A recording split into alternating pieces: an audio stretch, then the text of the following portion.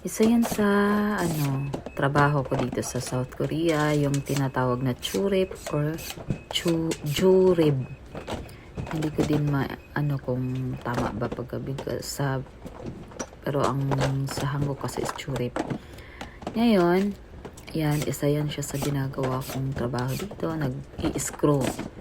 Yan ang usually ginagawa ng mga churip. Nag-screw ka. At saka yung part na yan na ginagawa ko is yung part siya sa washing machine.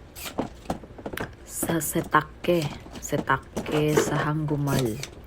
Washing machine yan. So, part yan siya. Medyo marami-rami yung gagawin data na ganyan. Itong month na to ng September to October. Parang medyo kalakasan na yun daw ata.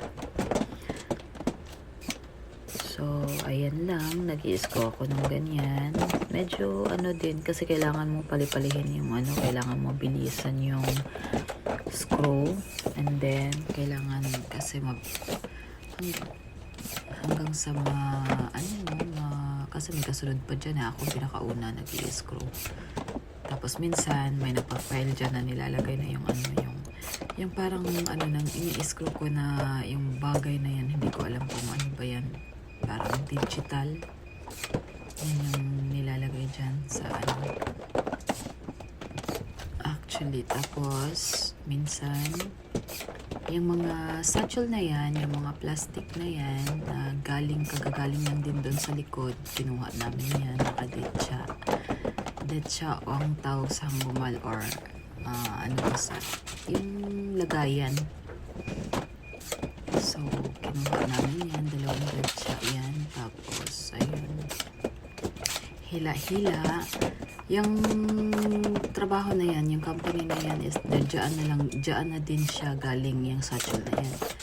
May siya, yagan, sugan or night shift and morning shift na day shift na trabaho dyan pagkayagan sugan ka. Iba naman yan doon, satchel yun or plastic injection, dyan na rin siya sa company na yan. So yan lang siya, yan lang muna ang mapapakita ko na gawa.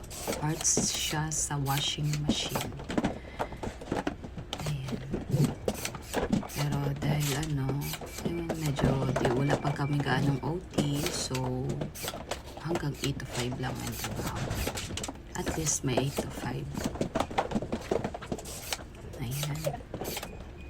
Then, videohan ko na lang yung iba kong gawa. So, next time. Okay.